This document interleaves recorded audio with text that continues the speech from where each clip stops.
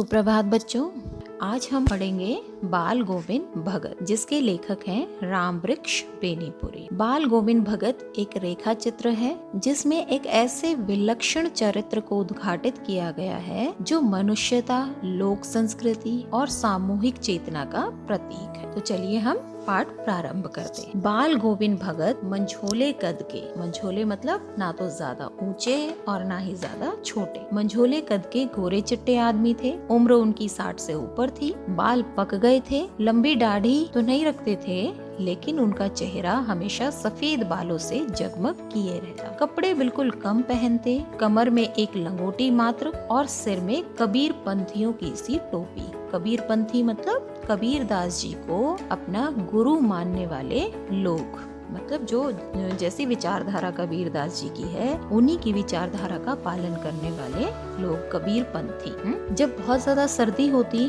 तो ये काली कमली ऊपर से ओढ़ लेते। उनके मस्तक पर हमेशा रामानंदी चंदन का टीका चमकता रहता था। चित्र में देखिए आप ध्यान से, जो कैसा है टीका, जो नाक के एक छोर से औरतों के टीके की तरह शुरू होता और उनके गले में तुलसी की जड़ों की एक बेडोल माला रहती थी। अब जैसा यहाँ पर चित्र हमने बाल गोविंद भगत का खींचा है, उसको सुनने के बाद ऐसा नहीं माना जाना चाहिए कि बाल गोविंद भगत एक साधु थे, लेकिन नहीं, वे एक गृहस्थ थे। उनकी पत्नी की तो लेखक को याद नहीं है, लेकिन बेटे और पतोहू अर्थात पुत्र वधू को उन्होंने देखा था। थोड़ी बहुत खेती बाड़ी भी थी और एक साफ सुथरा मकान भी था। अब बाल गोविंद भगत गृहस्थ होने के साथ साथ साधु की परिभाषाओं पर खरे उतरने वाले थे।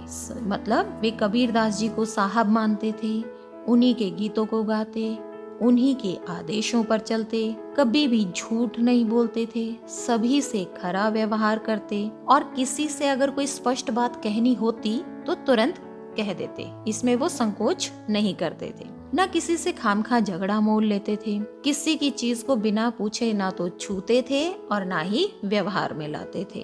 और इस नियम को कभी कभी इतनी बारीकी तक लेकर जाते कि लोगों को कुतूहल होता कि ये व्यक्ति आखिर किस प्रकार का है, कि ये इंसान कैसा है। उनके खेत में, यहाँ पर जैसा हमने बताया कि वो कबीरदास जी को साहब मानते थे, तो उनके खेत में जो भी पैदावार होती थी वो अपने सिर पर लाद कर उसे 4 कोस दूर कबीर मठ था। कितनी कोस दूर था? 4 कोस दूरी पर एक कबीर मठ था। वहाँ पर वे सारा लेकर जाते, जितना उनको रखना होता वो रख लेते और वहाँ से जो कुछ भी उन्हें वापस मिलता उसको प्रसाद रूप में समझ लेते और उसी से अपना गुजर चलाते, मतलब उसी से अपना गुजारा चलाते। लेकिन इनके साथ साथ, इन सब विशेषताओं के साथ साथ कबीर दास जी की एक और खास विशेषता थी। क्या थी? उनका मधुर गायन। अब गायन के बारे में बताते हैं कि उनका मधुर गायन लोगों को किस प्रकार से सम्मोहित करता था। आषाढ़ का महीना है।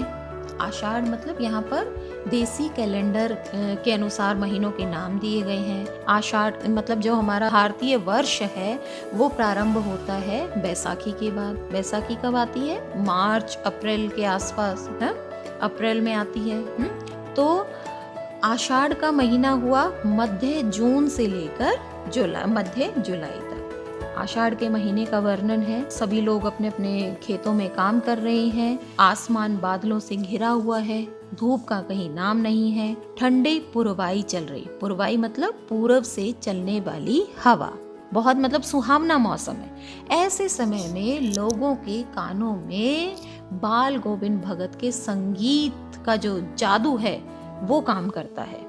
मतलब कैसे कि जैसे ही वो बाल गोविंद भगत के संगीत सुनना शुरू करते हैं, बच्चे खेलते खेलते झूम उठते हैं। मेड पर खड़ी औरतों के होठ कांपने लगते हैं, वे गुनगुनाने लगती हैं।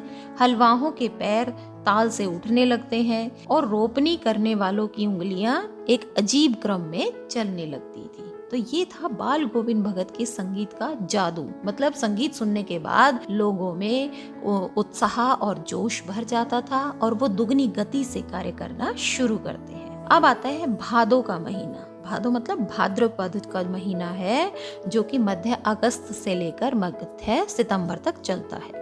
आधी रात का समय है। तो ऐसे समय में जब मूसलाधार वर्षा जब खत्म हो जाती है तो उस समय पर जो बरसाती जीव हैं उनकी जो आवाज आती है, उनकी आवाज से भी ऊपर बाल गोविंद भगत का संगीत हमें सुनाई देता है। आधी रात के समय वो गाते हैं। फिर आता है कार्तिक का महीना। कार्तिक महीना होता है मध्य अक्टूबर से लेके मध्य नवंबर तक। कार्तिक का महीना जब शुरू होता है तो बाल गोविंद भगत की प्रभातियां शुरू हो जाती हैं। प्रभातियां मतलब प्रभात अर्थात सुबह के समय गाया जाने वाला जो राग होता है उसको प्रभाती बोलते हैं। तो बाल गोविंद भगत कार्तिक के महीने से अपनी प्रभातियां शुरू करते थे और फाल्गुन के महीने तक गाते रहते थे। फाल्गुन का महीना कब तक हुआ? मध्य फरवरी से मध्य मार्च तक। अब ये वाला प्रश्न भी बहुत बार एमसीक्यूज में आता है कि बाल गोविंद भगत की प्रभातियां कब शुरू होती थी और कब तक चलती थी। मतलब कार्तिक से लेकर फाल्गुन तक। कार्तिक आया नहीं कि बाल गोविंद भगत की प्रभातियां शुरू हो गई जो कि फाल्गुन तक चलती थी। अब ऐसे समय में बाल गोविंद भगत क्या करते हैं? अपने घर से निकल जाते हैं गंगा नदी स्नान के लिए। नदी उनके घर से कितनी दूर थी? 2 मील दूर थी। वहां पर नदी स्नान करके और वहां पर एक ऊंचे से जो वहां पर टीला था उस पर बैठ जाते हैं और वहां पर अपना संगीत शुरू कर देते हैं। जब आसमान में लोही लग जाती है, लोही मतलब जब सूर्योदय उदित नहीं होता है और रात धीरे धीरे समाप्त होती है, तो ऐसे समय में जब सूर्य उगना शुरू होता है तो सूर्य उदित होने से पहले आसमान लाल हो जाता है। तो वो जो प्रातः काल का समय है उस समय पे वो अपनी प्रभातियां शुरू कर देते थे। तो लेखक ने जब उनका गायन सुना तो लेखक अपने आप को रोक नहीं पाए और इतनी कपकपाती सर्दी में उठकर सुबह सुबह वहां गए और जाकर क्या देखते हैं कि बाल गोविंद भगत एक सिर्फ काली कमली ओढ़े हुए बड़ी तल्लीनता से अपने गायन में व्यस्त थे। और जब लेखक सर्दी से उनके दांत किटकिटा रहे थे, ऐसे समय पर बाल गोविंद भगत के मस्तक पर श्रम बिंदु अर्थात पसीने की बूंदें चमक उठती थी। अब जब गर्मियां आती हैं तो शाम को क्या होता है? उमस हो जाती है। लोग गर्मी से तपने लगते हैं। ऐसे समय में उनका मधुर गायन ही लोगों को शीतलता प्रदान करता है और वे गाना शुरू कर देते हैं। जैसे जैसे वो गाते हैं उनकी ही गाई हुई पंक्तियों को लोग पीछे से दोहराते हैं और वो अपने गायन में इतना मस्त हो जाते हैं कि खड़े होकर वो नाचने लग जाते हैं। अब ये तो था बाल गोविंद भगत के संगीत का जादू, लेकिन उनकी संगीत साधना का चरम उत्कर्ष उस दिन देखा गया जिस दिन उनका बेटा मरा। इकलौता बेटा था, थोड़ा सुस्त और बोदा सा था और इसलिए बाल गोविंद भगत उसका ज्यादा ध्यान रखते थे। लेकिन उनकी पुत्र वधू जो थी वो बहुत ही सुंदर और सुशील थी। सारे घर के कामकाज को उसने इतने अच्छे तरीके से संभाल लिया था कि बाल गोविंद भगत को दुनियादारी से बहुत कुछ निवृत्त कर दिया था। लेकिन जब उनके बेटे की मृत्यु हुई तो ये खबर सारे गाँव में फैल गई और सारे गांव वाले उनके घर चले आए। तो वो क्या देखते हैं, गांव वाले सब कुछ देखकर हैरान हो जाते हैं। बाल गोविंद भगत के व्यवहार को देखकर वो क्या देखते हैं कि बाल गोविंद भगत ने अपने बेटे को चटाई पर लेटा रखा है, एक सफेद चादर से उसे ढक रखा है, सिराहने एक दीपक लगा दिया, कुछ तुलसी के पत्ते बिखरा दिए, जो फूल वो अपनी बागवानी में खिलाते थे उन्हीं में से कुछ फूल वहां पर डाल दिए हैं। इसके साथ साथ वो गा रहे हैं। क्यों गा रहे हैं? क्योंकि वो कबीरदास जी के भक्त थे और कबीरदास जी क्या मानते थे कि आत्मा परमात्मा से मिलने जा रही है? तो इसी प्रकार से बाल गोविंद भगत रोने की बजाय लोगों को उत्सव मनाने को कहते हैं, क्योंकि आत्मा परमात्मा के घर चली गई है, अर्थात आत्मा अपने घर वापस चली गई है। उनकी पतोहू रो रही है लेकिन वो उसे बीच बीच में चुप करा रहे हैं और रोने की बजाय उत्सव मनाने को कहते हैं। और इन सब बातों में उनका चरम विश्वास बोल रहा था, चरम विश्वास जो कि हमेशा मृत्यु पर विजयी होता आया है। बेटे की क्रियाकर्म में उन्होंने कोई तूल नहीं दिया। अब यहाँ पर एक चीज देखिए कि उनके व्यक्तित्व का एक और पहलू सामने दिखाई देता है कि उन्होंने समाज की रूढ़ियों से हटकर अपनी पतोहू से ही अपने बेटे को मुखाग्नि दिलवाई। अब इसके साथ साथ एक और उनका रूढ़िवादी परंपरा को तोड़ने वाला विचार और क्या आया कि उन्होंने अपनी बहू के भाई को बुलाया और ये आदेश दिया कि इसे तुम यहाँ से ले जाओ और इसका दूसरा विवाह कर दो। मतलब 2 परंपरागत रूढ़ियों को यहाँ पर तोड़ा है। कौन कौन सी? एक तो बेटे की मुखाग्नि अपनी पतोहू से दिलवाई और दूसरा क्या किया उन्होंने, उनकी पुत्र वधू का पुनर्विवाह करवाया। तो पतोहू नहीं मान रही थी, उन्होंने कहा कि मैं नहीं जाऊंगी, लेकिन बाल गोविंद भगत अपनी जिद पर अड़े रहे। उन्होंने कहा कि या तो तुम यहाँ से चली जाओ, नहीं तो मैं ये घर छोड़कर चला जाऊंगा।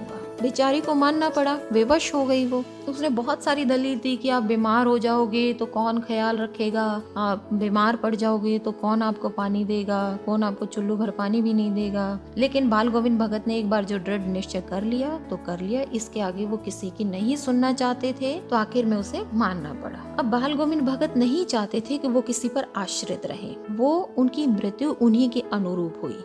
कैसे हुई कि वे गंगा स्नान जाते थे, उतनी ही आस्था रखते थे, पैदल जाते थे। और गंगा कितनी कोस दूरी पर थी उनके घर से? 30 कोस की दूरी पर। कितनी दूरी?